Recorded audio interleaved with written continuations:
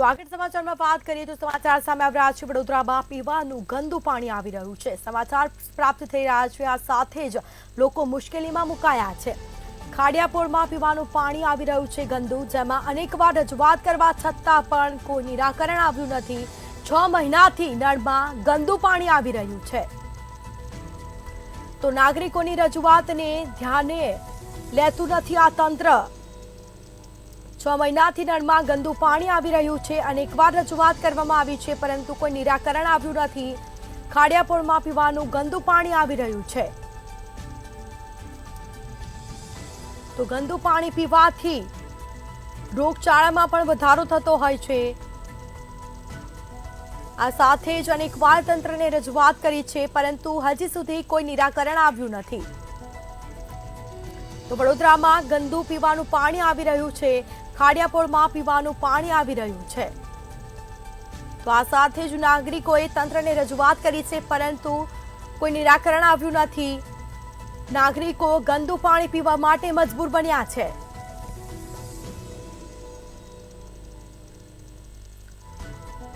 તો વધુ વિગતો સાથે સંવાદદાતા નિલેશ બ્રહ્મટ આપણી સાથે લાઈવ જોડાઈ ગયા છે। જી, વડોદરામાં ગંદુ પીવાનું પાણી મળી રહ્યું છે, 6 મહિનાથી આ ગંદુ પાણી આવી રહ્યું છે, રજૂઆત કરવા છતાં પણ તંત્ર ઘોર નિંદ્રામાં સૂતું છે, શું માહિતી? જી, સ્માર્ટ સિટી વડોદરાનો અંધેર વહીવટ છે અને પ્રધાનમંત્રી વડોદરાના નાગરિકોની સુખાકારીની ચિંતા કરતા હોય છે। પ્રધાનમંત્રી હોય કે મુખ્યમંત્રી, વડોદરાને સ્માર્ટ સિટી બનાવવા કરોડો રૂપિયાની ગ્રાન્ટ ફાળવાય છે પરંતુ વડોદરા મહાનગરપાલિકાનું તંત્ર ખાડે ગયું છે અને ખાડિયાપોળમાં ગંદુ પાણી આવે છે। આપ જોઈ શકો છો, આ ખાડિયાપોળના રહીશો છે તે ગંદા પાણીની પીળા કલરની બોટલો લઈને ઉભા છે અને માસી પાસે જે ડોલ છે એમાં આપ જોઈ શકો છો ગટરનું ગંદુ પાણી આપ સ્પષ્ટ નજરે જોઈ શકો છો। અહીંયા કોલેરા, ટાઇફોઇડ જેવા રોગ પણ થયા છતાં તંત્ર કુંભકર્ણની નિંદ્રામાં છે। ત્યારે આપણે ખાડિયાપોળની બહેનોની સાથે વાત કરીશું। માસી, શું કહો છો, સ્માર્ટ સિટી વડોદરામાં તમને પાણી કેવું મળી રહ્યું છે? બહુ ગંદુ પાણી મળી રહ્યું છે। એમાં નાના જીવડા આવે છે, ગટરનું પાણી આવે છે, સંડાસ પણ અંદર ગટર આવે છે, બધું આવે છે અને અમારે આના લીધે ઘણો બધો ખર્ચો વધી જાય છે। અમારી કમાવનાર એક બાબો છે એની પાછળ અમારા બધો ખર્ચો કરવાનો હોય છે। એટલે આ તમે જરા વિચારજો ને પાણી ચૂકવાવું કરો ને તો આગળ અમે પગલા કંઈક કરીશું। સ્માર્ટ સિટી કહેવામાં આવે છે પરંતુ ગટરનું પાણી આવે છે ત્યારે અન્ય ગૃહિણીને પૂછીશું, શું કહો છો, તમારી ઘરે કેસરિયા બ્રિગેડ પીળું પાણી મોકલે છે? આજે મોકલે ને, એમને નહીં મોકલતા। એટલે સારું પાણી આવે એવું વિચારીને કઈ કરે ને કર, વેરા બેરા નહીં ભરીએ અમે અને પછી રન બંધ નાખશે ને તમે જોઈ લઈશું। આંદોલન કરવા બી અમે તૈયાર છે કે આપણે અન્ય ગૃહિણી સાથે વાત કરીશું। શું કહો છો, તમને સ્માર્ટ સિટી વડોદરામાં કેવું પાણી મળી રહ્યું છે અને તંત્રને શું કહેશો? સ્માર્ટ સિટી વડોદરામાં તમે જોઈ શકો છો એવું પાણી મળી રહ્યું છે, એકદમ ગંદુ અને 6 મહિનાથી, આ આજકાલનું નથી, 6 મહિનાથી અમે આવું હેરાન થઈ રહ્યા છે। તદ્દન ખરાબ પાણી મળી રહ્યું છે, અંદર જીવડા આવે છે, અળસિયા આવે છે, એકદમ ખરાબ પાણી આવે છે। એના લીધે ટાંકીઓ પણ એટલી ખરાબ થઈ ગઈ છે, જે કોર્પોરેશનનું જ ખાલી પાણી પીતા હોય એ પી શકે એવી હાલતમાં પાણી આવતું છે નહીં। એને એટલું ઉકાળવું પડે છે, ગમે એટલું ઉકાળીએ તો પણ ઘણા બીમાર પડ્યા છે, ઘણાને એડમિટ કર્યા છે હોસ્પિટલમાં। ઉકાળવાથી ગેસ એટલો બળે છે, ગેસનું બિલ એટલું આવે છે, એટલે એવી રીતે અમે ઘણા હેરાન થઈ રહ્યા છે। તો એના પગલા લેવા તમને ખૂબ વિનંતી છે। નહીં પગલા લો તો પછી અમે અમારા પગલા લઈશું। એટલે એક બાજુ સ્થાયી સમિતિ અધ્યક્ષ મેયર સાથે અધિકારી કે હોદ્દેદારો સિવાયની સંકલન મિટિંગમાં વ્યસ્ત હોય છે ત્યારે નાગરિકોને પારાવાર મુશ્કેલી પડી રહી છે। આપણે અન્ય ગૃહિણીને પૂછી લઈશું, કેવું પાણી આવે છે અને તંત્રને તમે શું કહેશો? બહુ ખરાબ પાણી આવી રહ્યું છે। છેલ્લા 6 મહિનાથી અમે બહુ કંટાળી ગયા છે, રોજ પાણી ઉકાળીને પીએ છે। એટલે છેલ્લા 6 મહિનાથી એવું ચાલી રહ્યું છે। હવે કેવી રીતના અમારે પાણી પીવાનું, પાણી માટે કઈ વ્યવસ્થા કરો સારી, એ કહેવા માંગુ તમને। એટલે ગૃહિણી વિનંતી કરીને થાકી પરંતુ સ્માર્ટ સત્તાધીશો કુંભકર્ણની નિંદ્રામાં છે। એસી કેબિનમાં સંકલનની માત્ર મિટિંગો કરે છે પરંતુ નાગરિકોને સારું પાણી નથી આપી શકે। આપણે અન્ય ગૃહિણીને પૂછીશું, શું કહો છો બેન, કેવું પાણી આપી રહ્યું છે અને ભારતીય જનતા પાર્ટીના સત્તાધીશોને શું કહેશો? એ લોકો તો બધા ઊંઘે છે, એમને કઈ ખબર નથી પડતી કે પબ્લિકને શું તકલીફ પડે છે, શું નથી, બરાબર? એટલે આ ગંદુ પાણી પીને અમારા ઘરમાં બધા બીમાર પડે છે અને મારો નાનો છોકરો છે એનું શું થાય, એને બી ઘરે ઘરે બીમાર પડે છે। એને 3-4 વાર ઉકાળીને પાણી પીવડાવવું પડે છે। એટલું ગંદુ પાણી આવે છે ને તો એ લોકોની સમજ નથી પડતી કે આટલી રજૂઆત કરવા છતાં પણ એ લોકો કશું આમ કાળજી લે.